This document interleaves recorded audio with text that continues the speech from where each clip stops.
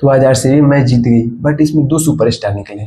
सबसे पहले हमारे मोहम्मद सिराज, जिन्होंने 3 ओवर में 56 रन दे दिए। उसके बाद हमारे कुलवंत जी, गुजरात की पूरी प्लानिंग करने के बाद वो भी इन्हें खिलाया गया सेमीफाइनल में कि ये मैच निकालेंगे और विकेट निकालेंगे और मैच को थोड़ा रोमांस बनाएंगे।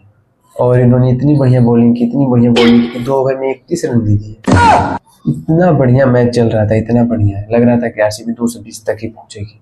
तब हमारे गिल साहब कुलवंत जी के हाथ में बॉल थमाते हैं और कुलवंत जी 2 बॉल तो बहुत अच्छी तरह से डालते हैं और तीसरी बॉल डालने जाते हैं यर्कर और पड़ जाता है नो।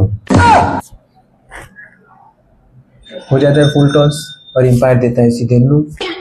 उसके बाद अगली बॉल वाइट, फिर जैसे तैसे अगली बॉल अच्छी तरह से डालते हैं तो फील्डर मिस फील्डिंग कर देता है और फिर मिल जाता है 4 रन। फिर क्या, फिर तो ये डिप्रेशन में चले जाते हैं। फिर उसके बाद फिर अगली बॉल नो, और जब ये अगली बॉल नो डालते हैं और भाई जब एक ओवर में 2 नो बॉल पड़ जाए तो वैसा बैट्समैन तो पगला ही जाएगा। और उसी तरह होता है, हमारे पटीदार पगला जाता है और पटीदार को पगलाते ही ले चौका, ले छक्का, ले चौका, 1 ओवर में 28 रन पेल देते हैं। और मारे क्यों ना 2 कैच जो छोड़े हैं आरसीबी के महान फील्डर। वैसे जहाँ लग रहा था कि आरसीबी 220 या 225 रन बनाएगी, वहाँ इन लोगों के सहयोग से आरसीबी 254 रन का हाईएस्ट टारगेट खड़ा कर देती है। इनमें सबसे बड़ा योगदान होता है तो वो होता है कुलवंत जी का, मोहम्मद सिराज का, कागिसो रबाडा का। गुजरात को जिस चीज़ पे सबसे ज़्यादा गुरूर था वो थी उनकी बॉलिंग, और उनकी बॉलिंग ही सबसे ज़्यादा खराब हो जाती है इस बार।